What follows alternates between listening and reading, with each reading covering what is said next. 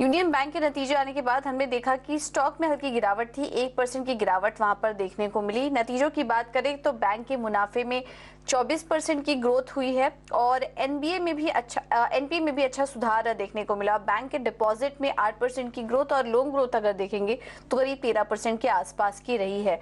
और क्या कुछ खास रहा इस बार के नतीजों में और आगे आने वाले क्वार्टर के लिए क्या आउटलुक है कंपनी का, ये भी एक बार समझ लेते हैं। बैंक के ईडी नितेश रंजन हमारे साथ जुड़ चुके हैं। Nitesh ji, thank you so much easy now Swadesh को समय देने के लिए। सबसे पहले तो इस क्वार्टर के बारे में बताइए, कैसी रही है तिमाही बैंक के लिए, किस तरह की ग्रोथ देखने को मिली है, योगदान कहां से मिला?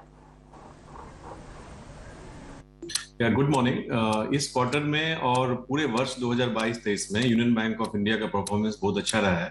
तीन चार चीजें मैं बताना चाहूंगा। एक तो साल के शुरू में हम हमेशा गाइडेंस देते हैं डिफरेंट पैरामीटर्स पे, तो मुझे खुशी है कि हर एक पैरामीटर का जो भी गाइडेंस था यूनियन बैंक ने 2022-23 में उसको अचीव किया है।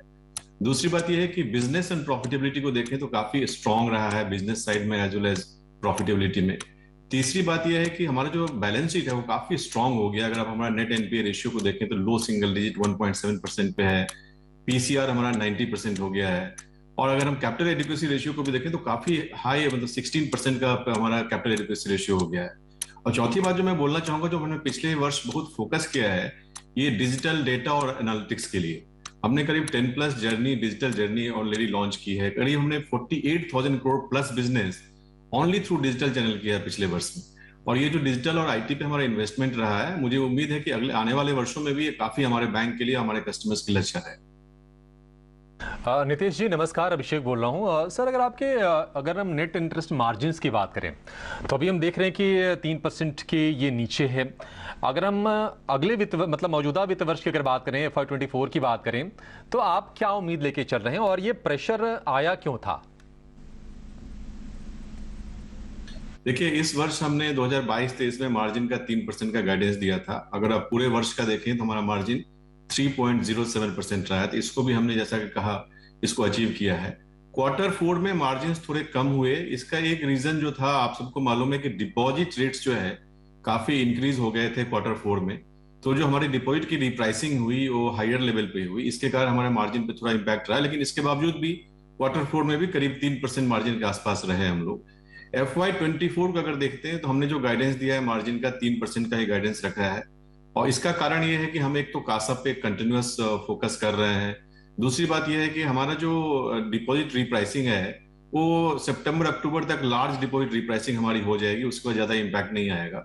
और तीसरी बात यह है कि हमारे पास अभी भी एक्सेस एसएलआर जो है करीब 6% है, तो हम उसको भी यूटिलाइज करेंगे तो हमारे पास डिपॉजिट का ज्यादा प्रेशर नहीं रहेगा।